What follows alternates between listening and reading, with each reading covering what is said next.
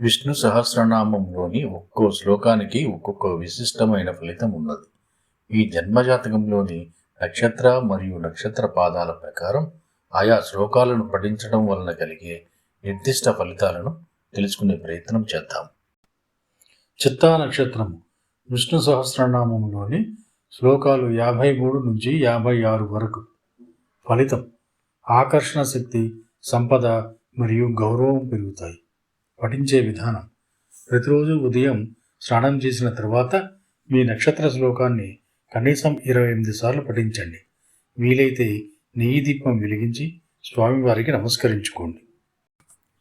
చిత్తా నక్షత్రము 1వ పాదం. శ్లోకం: సుప్రసాద ప్రసన్నాత్మ విశ్వభుగ్విభు సత్కర్త సత్కృత సాధు జహ్నురారాయణో నరః.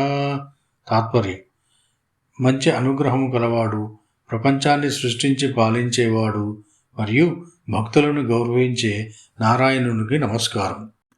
చిత్తా నక్షత్రము 2వ పాదం.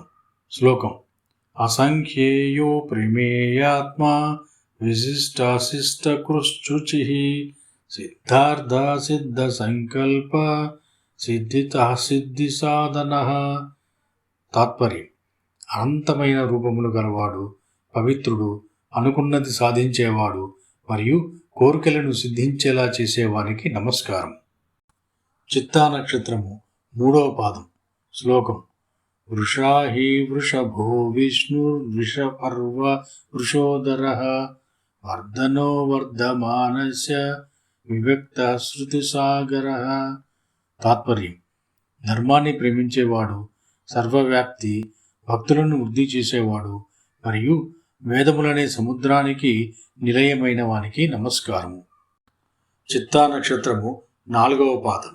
శ్లోకం: సుభుజో దుర్ధరో వాగ్మి మహేంద్రో వసుదో వసుః నైకరూపో బృహద్రూపః శిపివిష్ట ప్రకాశనః. తాత్పర్యం: మంచి భుజబలం కలవాడు, మాటగారి, ఐశ్వర్యాన్ని ఇచ్చేవాడు మరియు అనేక రూపములలో ప్రకాశించే పరమాత్మకు నమస్కారం.